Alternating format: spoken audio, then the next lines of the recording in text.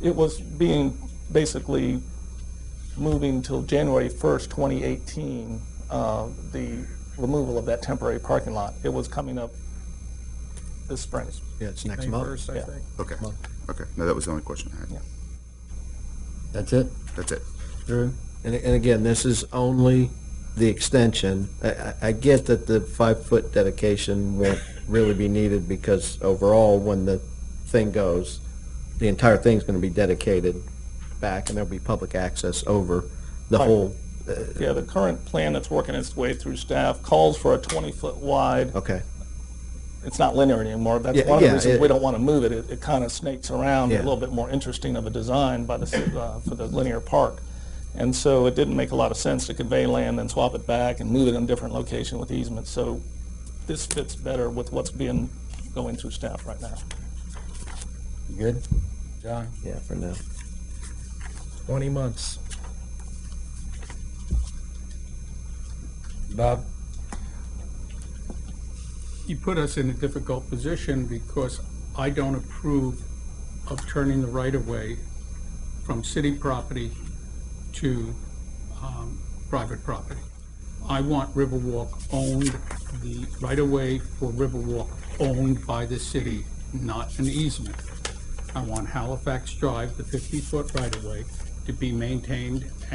I don't care how we work out the building of it, or the upgrading of it, but I do care very much that the city continues to own that, because if anything happens with the developer, like delays, like we've seen for a long time, everything's been delayed, we will not be able to move forward when that's in private hands. I would urge us to keep it just to the one issue, and that is, I am perfectly willing to extend the parking lot for 2 years. I'm not willing to give the 5-foot back until I know what exactly is going on with the right-of-way. The right-of-way should be, it is city property now, and it should stay city property. It is critical for the Riverwalk that the city maintained, owned that property.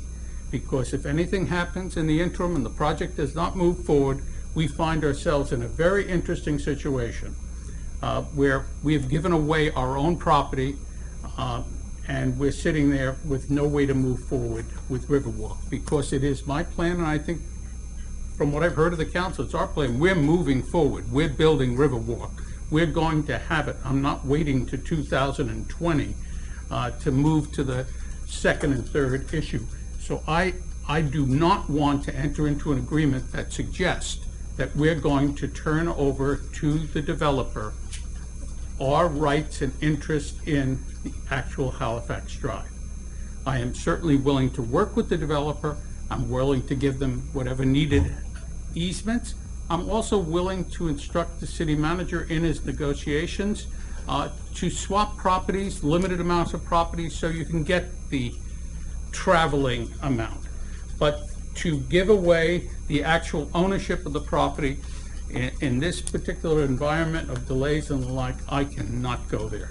So I'm urging council, let's just simply allow the parking lot to go forward, instruct the city manager to keep Halifax Drive as city property, provide the developer with necessary easements that are reasonable, and if necessary, if they want to do something to help their project go forward, swap properties so we can have a meandering walk, if that's better.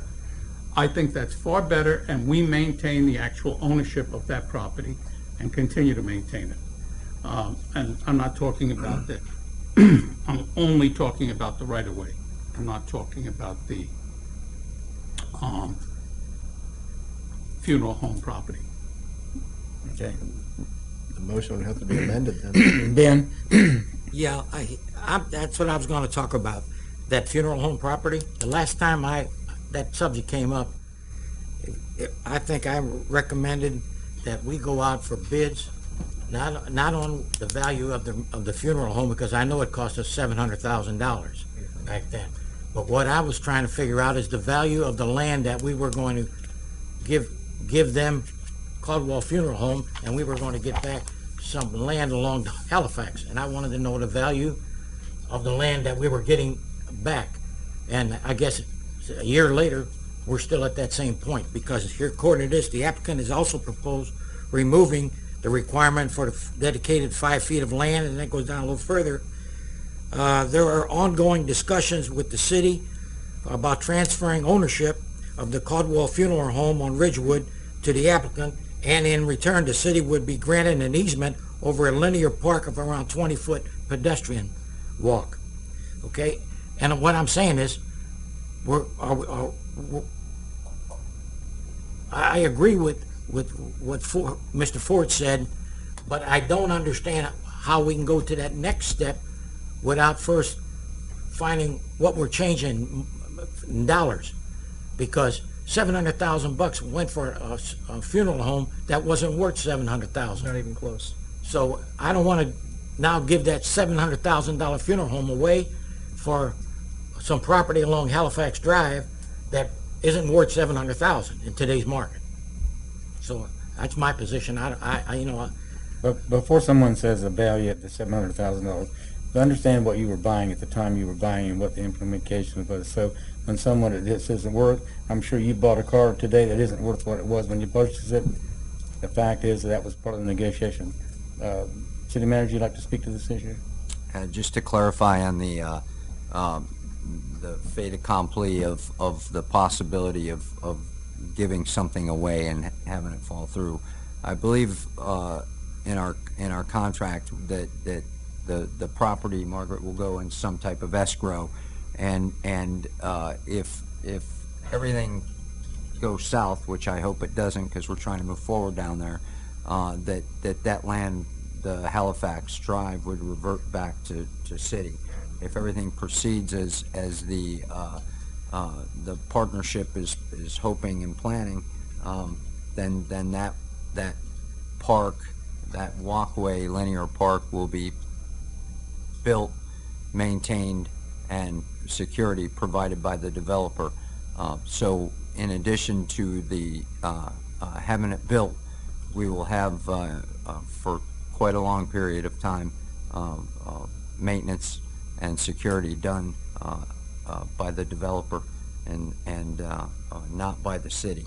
So I'd like just for you all to consider that as you move forward. Mr. Mayor, may I have a moment to respond to some of the comments? Yeah, hang on a minute. One of the things, and let me just be real clear about being able to maintain control, is let's be real clear about where you're going and what is going to happen, especially in this so-called homeless market, and their their ability to be able to utilize what is called government property. Having said that, yes, sir. Thank you. Just to be clear, there's nothing before you tonight that has anything to do with the Caldwell Funeral Home property at all. There is something that's working through staff that will eventually be before you, but there's nothing on a swap or anything like that before you tonight. There's also nothing that in what's before you tonight where the city's giving up anything or conveying anything. What's before you tonight is simply an extension of that limestone parking lot that it allows to stay there, and that we don't convey to you additional lands because that doesn't fit the current plan. So we're not asking you to give up Halifax right away. We're not asking you to deed us anything or exchange anything. We're just saying that we don't want to deed you 5 feet of land where it doesn't fit with the current plan. So we're not giving up anything. We're not taking the Halifax away from you. And that property exchange agreement will come before you at a later date, and we can have a very healthy discussion about pros and cons of it. Yeah, Alan? Yes. Just a fast question, statement here. As a member of the CRA, I only show up, I guess, when it was something coming up, whereas you were going to propose this amendment and act on it this evening, and that would have been before the meeting we're having right now. The point that I'm getting at, I guess, many things happen from the builder to the council that don't come before the CRA. And all I'm saying is, I don't mind coming up here